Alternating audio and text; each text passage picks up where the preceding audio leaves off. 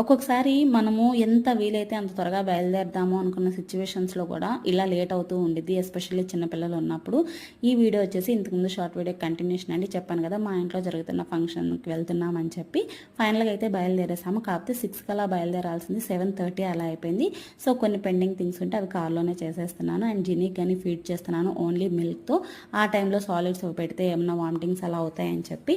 And Gini ఏంటంటే ఈ మధ్య ఎక్కడికైనా వెళ్తున్నాము అంటే తనకు కావాల్సిన థింగ్స్ అన్ని ప్యాక్ చేసుకుంటున్నాను. లైక్ టాయ్స్ కానీ, బాల్స్ కానీ, బుక్స్ కానీ అట్లాగా. అండ్ డ్యాన్స్లో వేసుకుంటూ ఫైనల్లీ మేము చేరాల్సిన ప్లేస్కి అయితే వచ్చేసాము. ఇది వచ్చేసి మా పెద్దత్తమ్మ వాళ్ళ ఊరు. ఎటు నుండి చూసినా సరే ఫుల్ గ్రీనరీ, చాలా అంటే చాలా బాగుండిద్ది. కాకపోతే గాలే రాదు, అదే మెయిన్ ఇష్యూ అనమాట ఈ ఊర్లో మేము వెళ్ళినప్పుడు ఎస్పెషల్లీ. అండ్ ఫంక్షన్ ఏంటనంటే మా తమ్ముడిది ఎంగేజ్మెంట్ అనమాట. దీని గురించి ఫుల్ వీడియో రేపు రిలీజ్ చేస్తాను.